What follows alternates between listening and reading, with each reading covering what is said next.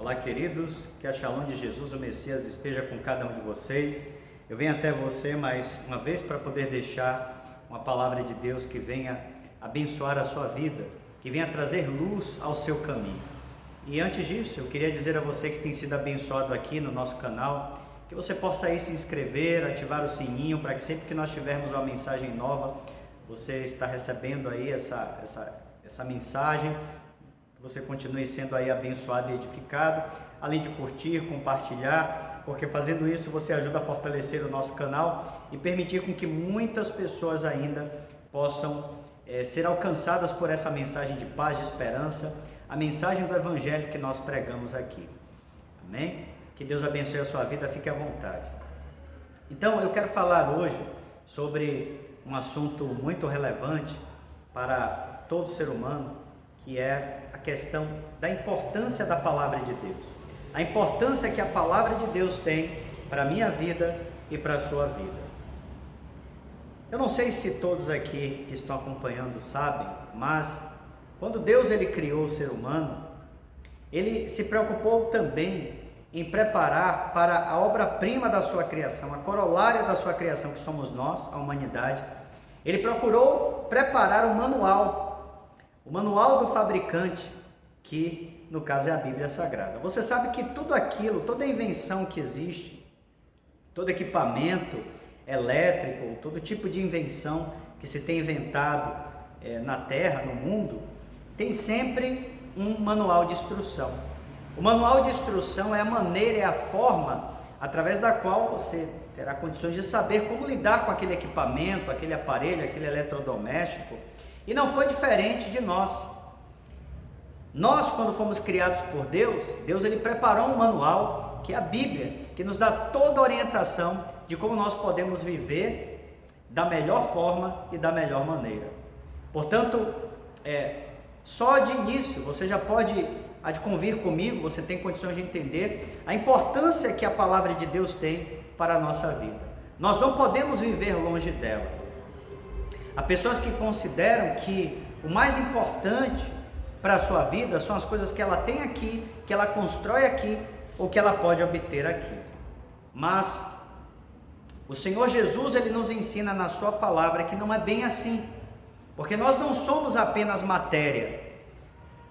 Dentro dessa matéria do nosso corpo existe um ser espiritual, e que, por assim dizer, necessita do pão espiritual, que é a palavra de Deus. Necessita de algo espiritual, que é a palavra de Deus, os ensinamentos de Deus.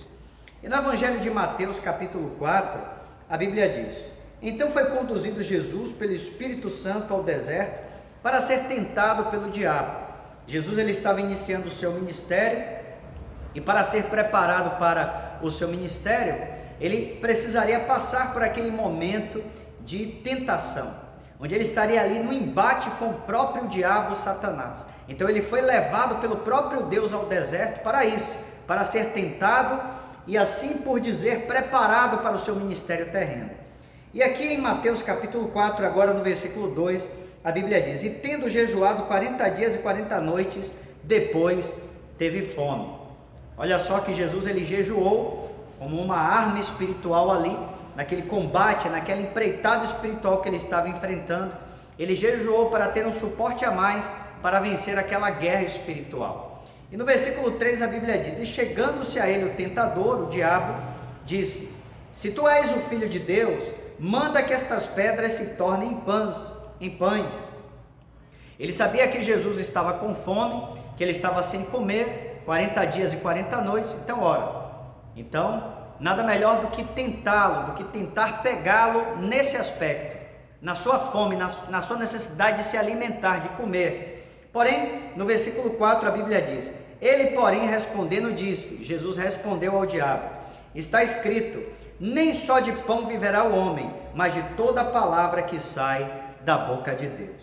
O Senhor Jesus, queridos, ele deixa bem claro aqui que diante das adversidades da vida, não só as coisas materiais poderão nos valer, poderão nos suprir e nos saciar. De fato, nós somos seres materiais, precisamos do pão, temos necessidades materiais, Mas Jesus ele deixa claro para o diabo que a maior necessidade do homem é espiritual. O homem, ele necessita da palavra de Deus. Ele não pode viver sem a palavra de Deus.